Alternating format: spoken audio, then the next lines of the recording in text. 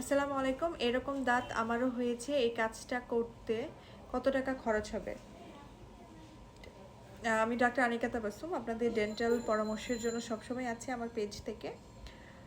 এই যে দাগ, এই দাগের কথাটা বলা হয়েছে পান খাওয়া দাগের জন্য।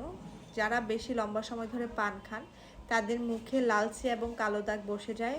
পানের সাথে সুপারি যারা খান তারা খুব বেশি ক্যান্সারের আশঙ্কা মধ্যে থাকেন।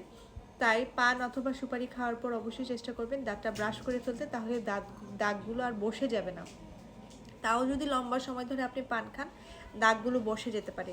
এই বসে যাওয়া দাগগুলো উঠানোর জন্য আপনাকে কিছু চিকিৎসা নিতে হবে, যেটা আপনি বাসায় বসে পারবেন না। আপনাকে আপনার নিকটস্থ বিডিএস ডক্টর অথবা ডেন্টিস্টের কাছে যেতে হবে। এটাকে চিকিৎসাটাকে বলা হয় ডিপ স্কেলিং এবং পলিশিং।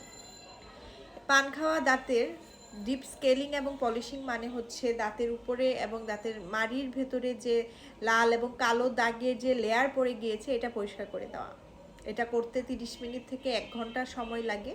আপনার নিকটস্থ যে কোনো ডেন্টাল সার্জনের চেম্বারে যেয়ে অথবা ডেন্টিস্ট বিডিএস ডেন্টিস্টের চেম্বারে যেয়ে আপনি এই সার্ভিসটি নিতে পারবেন। চেম্বার টু চেম্বার ভেরি করে এটা 2000 টাকা থেকে শুরু করে 5000 টাকা পর্যন্ত হতে পারে। আমাদের ক্লিনিকে এটা আমাদের 3000 টাকা থেকে 3500 টাকা চার্জ করা হয়। ক্লিনিকের অ্যাড্রেসটা নিচে দেওয়া আছে, ফোন দিয়ে চলে আসতে পারেন অথবা সরাসরি চলে আসতে পারেন। আর এছাড়া দাঁতের যে কোনো ধরনের সমস্যা আমাদের ক্লিনিকে আপনারা যে কোনো সময় চলে এসে দেখাতে পারবেন মাত্র 300 টাকা ভিজিটে।